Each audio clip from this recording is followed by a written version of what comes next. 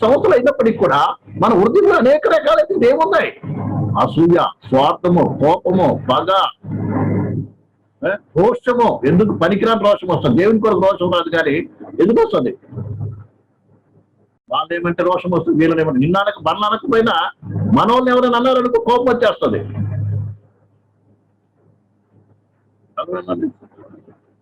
మళ్ళనకపోయినా మన అక్కయ్యనో, చెల్లెనో, నాయననో, తండ్రినో, అమ్మనో ఎవరైనా అన్నారనుకోండి రోషం వచ్చేస్తుంది.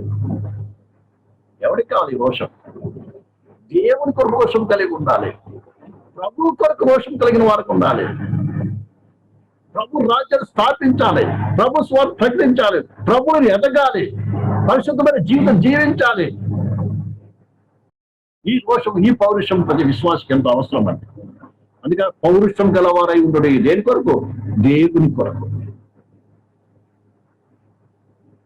యేసుప్రభు కల్వారి సిలువలో వేలాడుతున్నప్పుడు ప్రియ సహోదరి సహోదరులారా, ఆయన ఎన్నో రకాల లోక సంబంధమైన రోషం కలిగించే మాటలు మాట్లాడారు.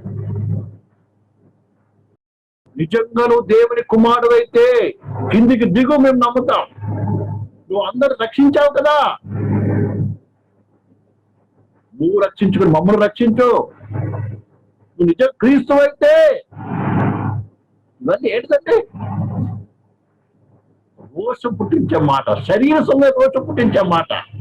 కానీ క్రీస్తులో, ఆ కల్వారి సిలువలో అంత ఘోరమైన బాధ, నొప్పి, అవమానము కదా, ఇవన్నీ భరిస్తూ ఉన్నటువంటి